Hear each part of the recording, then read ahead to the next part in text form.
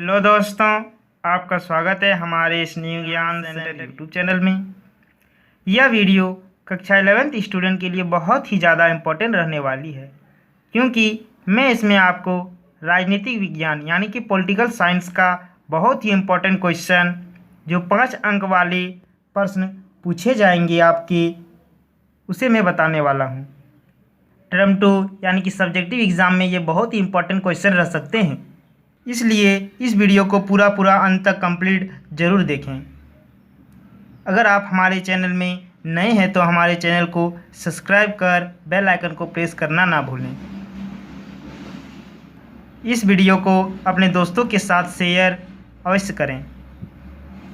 तो चलिए वीडियो को शुरू करते हैं। देखिए, राजनीतिक विज्ञान यानी कि पॉलिटिकल साइंस टर्म 2 एग्ज़ाम के लिए, सब्जेक्टिव एग्ज़ाम के लिए 5 अंक वाले प्रश्न यानी कि 5 नंबर वाले प्रश्न जो VVI है, बहुत ही इंपॉर्टेंट है, जो अक्सर डायरेक्ट एग्जाम में पूछे जाते हैं, वही क्वेश्चन मैं बताता हूँ। तो देखिए, सबसे पहला क्वेश्चन, राजनीतिक सिद्धांत हमारे जीवन में क्या भूमिका निभाता है? उत्तर देखिए, राजनीतिक सिद्धांत उन विचारों और नीतियों को व्यवस्थित रूप से प्रतिबिंबित करता है जिनसे हमारे सामाजिक जीवन, सरकार और संविधान ने आकर ग्रहण किया है। वह स्वतंत्रता, समानता, न्याय, लोकतंत्र और धर्मनिरपेक्षता जैसी अवधारणाओं का अर्थ स्पष्ट करता है। ये सब क्या को स्पष्ट करता है, ठीक ना, अर्थ को स्पष्ट करता है।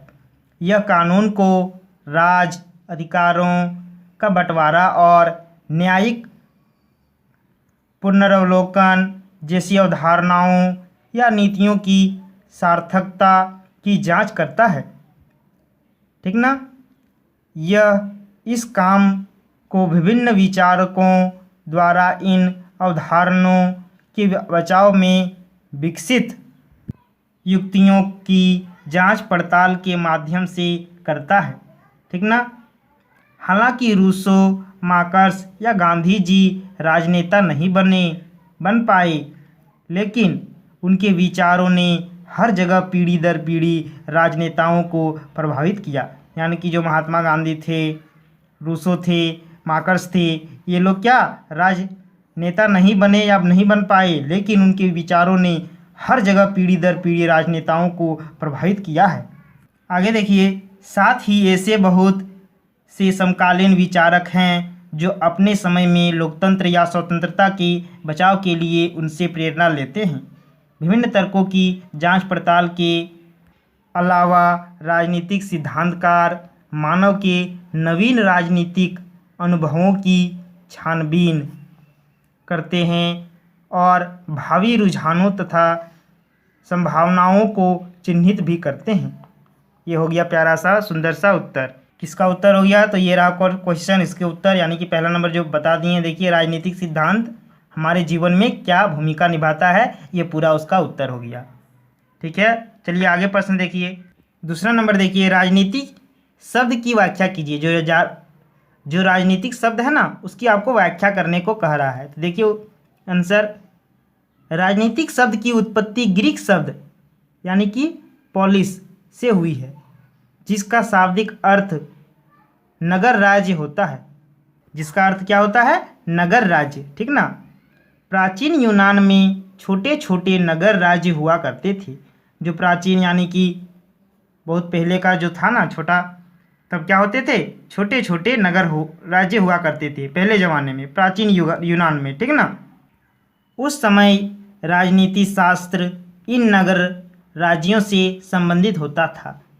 और पहले का क्या था? राजनीतिक शास्त्र इन्हीं नगरों राज्यों से संबंधित होता था, जिसके अंतर्गत मानव जीवन के सभी पक्षों अथवा पहलुओं का अध्ययन किया जाता था। तब क्या किया जाता था? सभी पक्षों अथवा पहलुओं से अध्ययन किया जाता था, चाहे वे पहलू आर्थिक हो, धार्मिक, सामाजिक, राजनीतिक या नैतिक ही क्यों ना हो। जो भी चीज़ हो, जैसे देखिए आर्थिक हो, धार्मिक हो, सामाजिक राजनीतिक हो या नैतिक ही क्यों ना हो, धीरे धीरे राजनीति शास्त्र एक विशिष्ट विषय के रूप में लोगों के समक्ष आया। और आज राजनीति शास्त्र है जो मनुष्य के राजनीतिक जीवन का अध्ययन कराता है। ये बहुत ही प्यारा सा सुंदर सा उत्तर, ये बहुत ही इम्पोर्टेंट क्वेश्चन है, इसे आप नोट कीजिए और तुरंत याद कर लीजिए। अब देखिए आगे का प्रश्न 3वां नंबर का, समानता किसे कहते हैं। ये भी बहुत ही इम्पोर्टेंट क्वेश्चन है, याद रखिएगा। जो समानता किसे कहते हैं, जो समान रूप सभी को दिया हुआ है या समानता का अधिकार है, उसके बारे में आपको चर्चा करने बोला है, या फिर किसे कहता है वो पूरा लिखने बोला है। तो देखिए इसका उत्तर, वास्तविक रूप में समानता का अर्थ यह है कि सभी व्यक्ति को अपने विकास के लिए समान अवसर प्राप्त है। सही बात है, प्रत्येक व्यक्ति को क्या है, उसे अपना विकास के लिए बहुत ही समान अधिकार है। धर्म, जाति, लिंग, वंश, कुल और जन्म स्थान आदि के आधार पर किसी के साथ कोई भेदभाव नहीं किया जाए।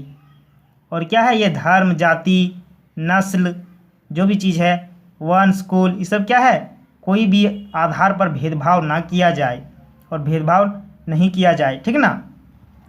अब आगे देखिए, अर्थ राज्य के अर्थात राज्य के सभी नागरिकों को बिना किसी भेदभाव के उसके व्यक्तित्व और बुद्धि के विकास के लिए समान सुअवसर प्राप्त हो। यानी कि राज्य के सभी नागरिक जो भी हैं उसे किसी बिना भेदभाव किए ही व्यक्ति को विकास यानी कि विकास की और समान अधिकार यानी कि सुअवसर प्राप्त होता है।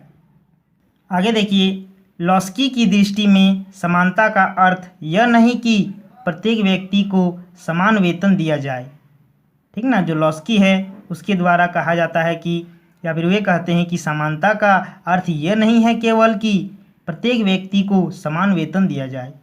यदि ईंटा ढोने वाले का वेतन एक प्रसिद्ध गणितज्ञ अथवा वैज्ञानिक के समान कर दिया जाए तो समान का उद्देश्य ही नष्ट हो जाएगा। तब क्या हो जाएगा, समान का उद्देश्य ही नष्ट हो जाएगा।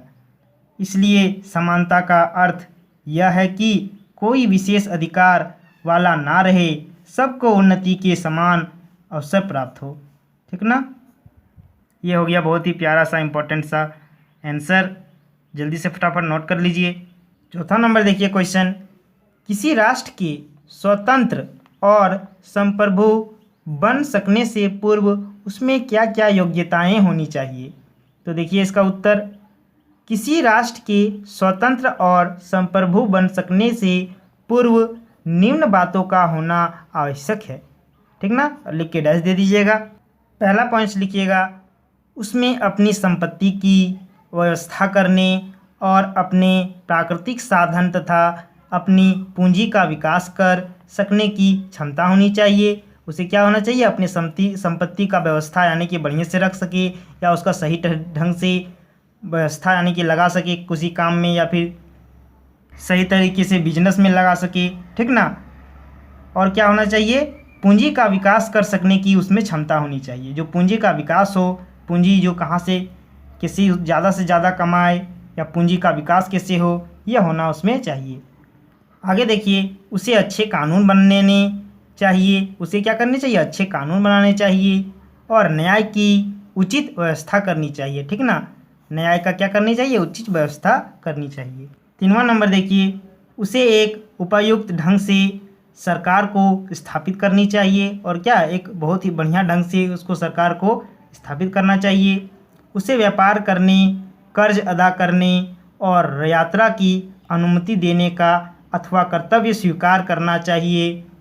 आगे देखिए 5वां नंबर पॉइंट्स, उसे अंतर्राष्ट्रीय मामलों में अपनी जिम्मेदारी पूरी करनी चाहिए। जितने भी अंतर्राष्ट्रीय मामले होते हैं उसमें भी जिम्मेदारी पूरी करनी चाहिए। 6ठा नंबर देखिए, जब तक युद्धों का होना जारी है तब तक उसे विदेशी आक्रमणों से अपनी रक्षा करने में समर्थ होना चाहिए, ठीक ना। ये बहुत ही इंपॉर्टेंट क्वेश्चन है, जल्दी से नोट कर लीजिए, एग्ज़ाम में अक्सर पूछे जाते हैं। इसमें मैं आपको 6 पॉइंट्स लिखा दिया। आप चाहे तो 5 नंबर का अगर क्वेश्चन रहेगा या कि पूछा जाएगा तो 5 पॉइंट्स भी लिखिएगा तो आपका 5 नंबर दे दिया जाएगा। 5वां नंबर देखिए, लास्ट और आखिरी क्वेश्चन, जो बहुत ही इम्पोर्टेंट है। धर्मनिरपेक्ष से आपका क्या अभिप्राय है? धर्मनिरपेक्ष राज्य की परिभाषा लिखिए। देखिए उत्तर क्या होता है इसका। धर्मनिरपेक्ष शब्द अंग्रेजी भाषा की सेक्युलर शब्द का हिंदी रूपांतरण है। किसका? सेक्युलर का। सेक्युलर शब्द का हिंदी रूपांतर है। सेक्युलर शब्द की व्युत्पत्ति लैटिन भाषा के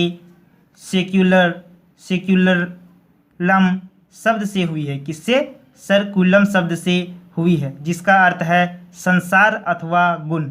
इसका अर्थ क्या होता है? सर्कुलम का संसार अथवा गुण। इस प्रकार शब्द व्युत्पत्ति के आधार पर धर्मनिरपेक्ष शब्द से अभिप्राय सांसारिक, लौकिक अथवा ऐतिहासिक से है। दूसरे शब्दों में धर्मनिरपेक्ष धार्मिक अथवा पारलौकिक का प्रतिलोम है। आगे देखिए, धर्मनिरपेक्ष राज्य की प्रमुख विशेषताएं निम्न है। आगे देखिए 1 नंबर, जॉर्ज अस्लर के शब्दों में धर्मनिरपेक्ष का अर्थ इस विषय पर विश्व या वर्तमान जीवन से संबंधित है। ये क्या है? जॉर्ज अस्लर जो कहते हैं कि शब्द में धर्मनिरपेक्ष का अर्थ इस विश्व या वर्तमान जीवन से संबंधित है, जो धार्मिक या द्वैतवादी विचारों से बंधा हुआ ना हो। ठीक ना। चलिए आगे पॉइंट्स देखिए। ए बी कामत के अनुसार एक धर्मनिरपेक्ष राज्य ना तो ईश्वर सहित है, रहित है, ना ही यह अधर्मी राज्य है।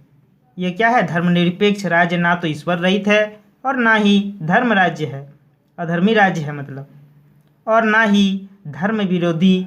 धर्मनिरपेक्ष राज्य होने का अर्थ यह है कि इसमें ईश्वर पर आधारित धर्म के अस्तित्व को नहीं माना जाता है। ठीक ना।